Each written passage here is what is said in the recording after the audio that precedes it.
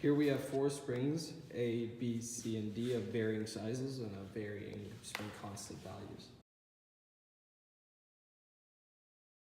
Assuming a constant mass measured by this value, we will measure the displacement in X caused by the spring, and thus when the system is in equilibrium, we know that Fe is equal to the force of gravity. Therefore, we can do the force of gravity is equal to negative K delta X, and we can solve for the K value. Okay, our X value is 5.17 centimeters. Our value for B is 2.89 centimeters. Value for spring C is 3.17 centimeters. And finally, our X value for spring D is 6.25. Yeah. Once attached to the mass is 7.19 centimeters. The X value, second X value for our spring B is 14.69 centimeters. Measured X value for C is 7.67 centimeters. For spring D is approximately 6.63 centimeters.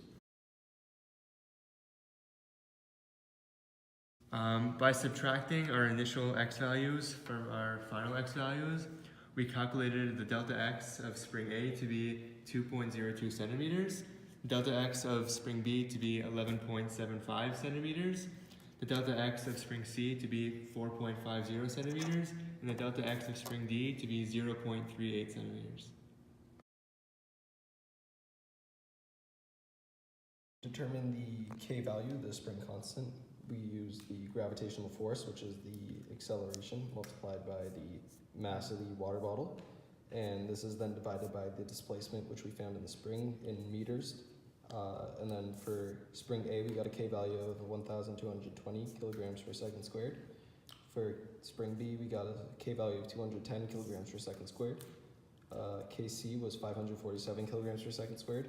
And then KD, which was our largest value, we had 6,480 kilograms per second squared.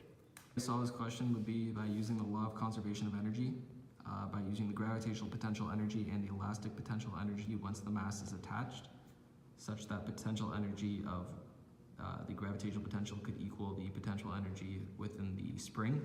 And then you could have negative 1/2 kx squared equals the mass times the gravity times the change in height. And then you can solve for the K value by using algebra.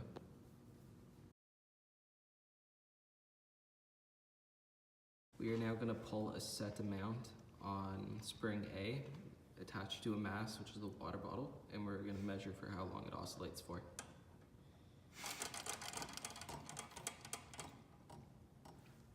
We're now going to pull the spring with a mass on it by 10 centimeters. And we are going to measure how long it takes until the oscillation stops and how that's proportional to the spring constant.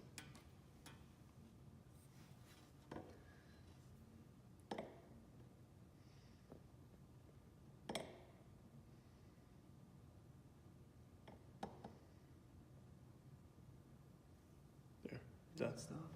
I'm going to pull this one by the same amount and see how long it oscillates for. This is spring C.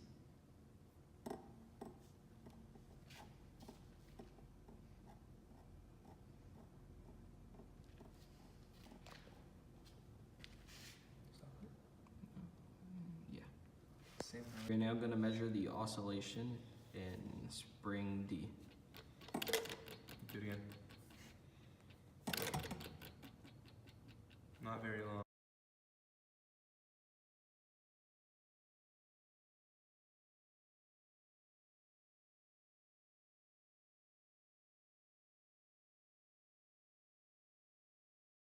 We have a marker which is going to measure the displacement on the paper there on a graph.